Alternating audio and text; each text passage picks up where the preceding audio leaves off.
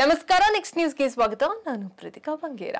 ಯತ್ನಾಳ್ ಅವರ ಉಚ್ಚಾಟನೆಯಿಂದ silent ಆಗಿದ್ದಂತ BJP ರಾಜ್ಯಾಧ್ಯಕ್ಷರ ಬದಲಾವಣೆ ವಿಚಾರ ಈಗ ಮತ್ತೆ ಮುನ್ನೆಲೆಗೆ ಬಂದಿದೆ. ಈ ತಿಂಗಳ ಅಂತ್ಯಕ್ಕೆ ರಾಜ್ಯಾಧ್ಯಕ್ಷರ ಚುನಾವಣೆ ನಡೆಯಲಿದ್ದು ಹಾಲಿ ಅಧ್ಯಕ್ಷ ಬಿವೈ ವಿಜೇಂದ್ರ ಅವರನ್ನೇ ಮುಂದುವರಿಸುವ ಸಾಧ್ಯತೆ ಕೂಡ ಇದೆ ಎಂದು ಹೇಳಲಾಗ್ತಾ ಇದೆ. ಇದರ ನಡುವೆ ಮತ್ತೆ ಈ ಕುರ್ಚಿ ಫೈಟ್ ಶುರುವಾಗಿದೆ. ಬಿಜೆಪಿಯ ಹಿರಿಯ ನಾಯಕ ನನಗೆ ರಾಜ್ಯಾಧ್ಯಕ್ಷ ಸ್ಥಾನವನ್ನ ಕೊಡಿ ಎಂದು ಹೈಕಮಾಂಡ್ಗೆ ಬೇಡಿಕೆಯನ್ನ ಇಟ್ಟಿದ್ದಾರೆ.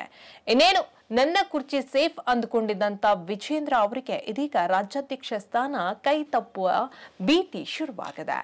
ಹೌದು, ವಿಜೇಂದ್ರ ಅವರು ರಾಜ್ಯಾಧ್ಯಕ್ಷ ಸ್ಥಾನದಿಂದ ಕೆಳಗಿಳಿಸಬೇಕು ಎಂದು ಬಸನಗೌಡ ಪಾಟೀಲ್ ಯತ್ನಾಳ್ ಅವರು ಶತಪ್ರಯತ್ನವನ್ನ ಮಾಡಿ ಹೈಕಮಾಂಡ್ ಬಾಗಿಲು ತಟ್ಟಿಯೂ ಬಂದಿದ್ರು.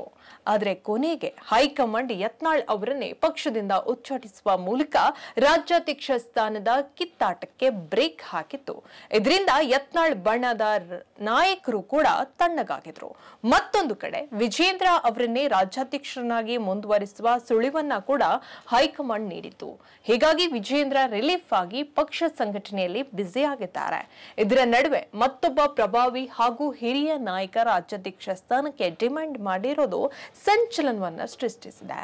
ಮಾಜಿ ಸಿಎಂ ಹಾಗೂ ಹಾಲಿ ಸಂಸದರು ಆಗಿರುವಂತಹ ಬಸವರಾಜ ಬೊಮ್ಮಾಯಿ ಅವರು ರಾಜ್ಯಾಧ್ಯಕ್ಷ ಸ್ಥಾನಕ್ಕೆ ಬೇಡಿಕೆಯನ್ನ ಇಟ್ಟಿದ್ದಾರೆ. ಹೈಕಮಾಂಡ್ ನಾಯಕರ ಮುಂದೆ ಬಿಜೆಪಿ ರಾಜ್ಯಾಧ್ಯಕ್ಷ ಸ್ಥಾನಕ್ಕೆ ಬೊಮ್ಮಾಯಿ ಅವರು ಮನವಿಯನ್ನ ಮಾಡಿಕೊಂಡಿದ್ದಾರೆ ಎಂದು ಬಿಜೆಪಿ ಉನ್ನತ ಮೂಲಗಳಿಂದ ತಿಳಿದು ಬಂದಿದೆ. ಇನ್ನು ಪಕ್ಷದಲ್ಲಿ ಹಿರಿಯ ನಾಯಕರು ಆಗಿರೋದ್ರಿಂದ ಹಾಗೂ ಲಿಂಗಾಯತ ಸಮುದಾಯದ ಪ್ರಭಾವಿ ನಾಯಕರಾಗಿರೋದ್ರಿಂದ ಬೊಮ್ಮಾಯಿ ಅವರನ್ನ ಹೈಕಮಾಂಡ್ ಪರಿಗಣಿಸುವ ಸಾಧ್ಯತೆ ಕೂಡ ಇದೆ ಎಂದು ಹೇಳಲಾಗ್ತಾ ಇದೆ. ಹೆಚ್ಚಿನ ಅಪ್ಡೇಟ್ಗಾಗಿ ನೋಡ್ತಾ ಇರಿ ನೆಕ್ಸ್ಟ್ ನ್ಯೂಸ್ ಕನ್ನಡ. ವಂದನೆಗಳು.